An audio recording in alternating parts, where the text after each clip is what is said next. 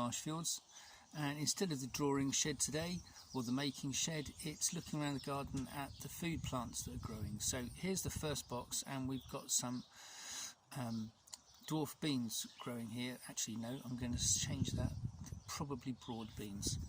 And we can see that the food is on its way because you've got the flowers, and where the flowers are, if you look just inside and zoom in, where the flowers are, that is where the seed pods and the food will slowly start to form. This particular box is getting a lot more light now because our hammock tree got a disease and we had to cut a lot of the top of it off. So this box now is getting a lot more light, as it was a lot in the shade, so we can get some food off that one. These were 2 dwarf bean plants that were being given away in the supermarket because they were really poorly and weren't doing very well, and they had some sort of nastiness on their disease.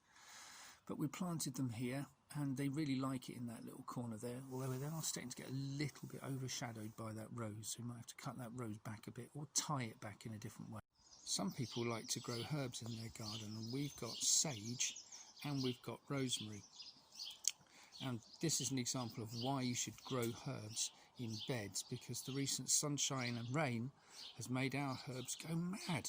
Look at the size of all that rosemary and the size of all that sage. Finally, you might have seen when you go to the supermarket or garden centre packets of wild seeds, wildflower seeds, and normally these are ones that are native to Britain. So when you get them, you're never entirely sure what you're going to get. But we've got these extraordinary tall purpley blue delicate flowers here that I think feels a little bit like you're looking at something growing underwater, because they're incredibly tall and thin. How they manage to stay upright without falling over, I don't know, but they are very pretty. And here we are on the broccoli trail. So we've got a bunch of broccoli plants in here. Some chives sat in the middle there, I think they've gone past it a bit. But you can see on this one here, these tender stem broccoli, you can see the broccoli bit that we're going to be able to eat forming nicely in the middle there. You can also see that the cage that we got for Dexter when we first took him back from the animal rescue place that he hated living in, we never used it for him. We put it to good use. Rather than taking it to the tip, we've used it as a cage to keep the pigeons and the garden birds off the broccoli.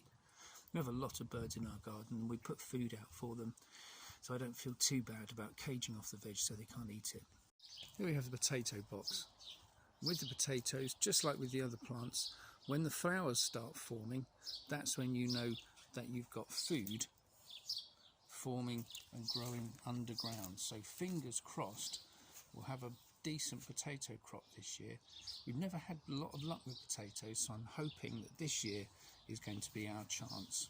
Courgettes have also really liked the recent rain and sunshine. The courgette bit that you eat is just contained in those little flower buds which are just forming underneath the long branch arms there.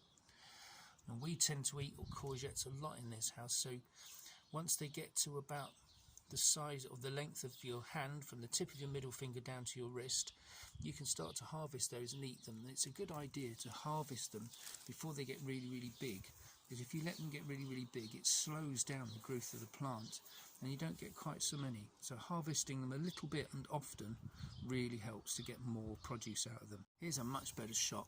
So with these hanging beans here, you can see the pods that contain the beans.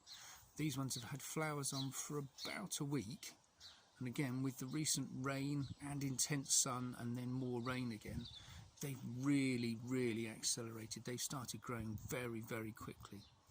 We've also got beetroot plants. If we're really hoping we've got some nice little juicy beetroots underground there. Some of the carrots are doing well now. They weren't doing very much for very long. They've just started to pick up. So that was the tour around the garden at looking at what food plants are growing in Mr. and Mrs. Kavanagh's garden at the moment. I was hoping that Dexter would be in there to show you his favourite plant that he always likes to go and sniff in the morning, but he wasn't interested in being on the camera this morning. Would like to see what food plants any of you are growing in your gardens, so if you've got any and you're happy to share them with them, that would be lovely to see too. Bye for now, Marshfields.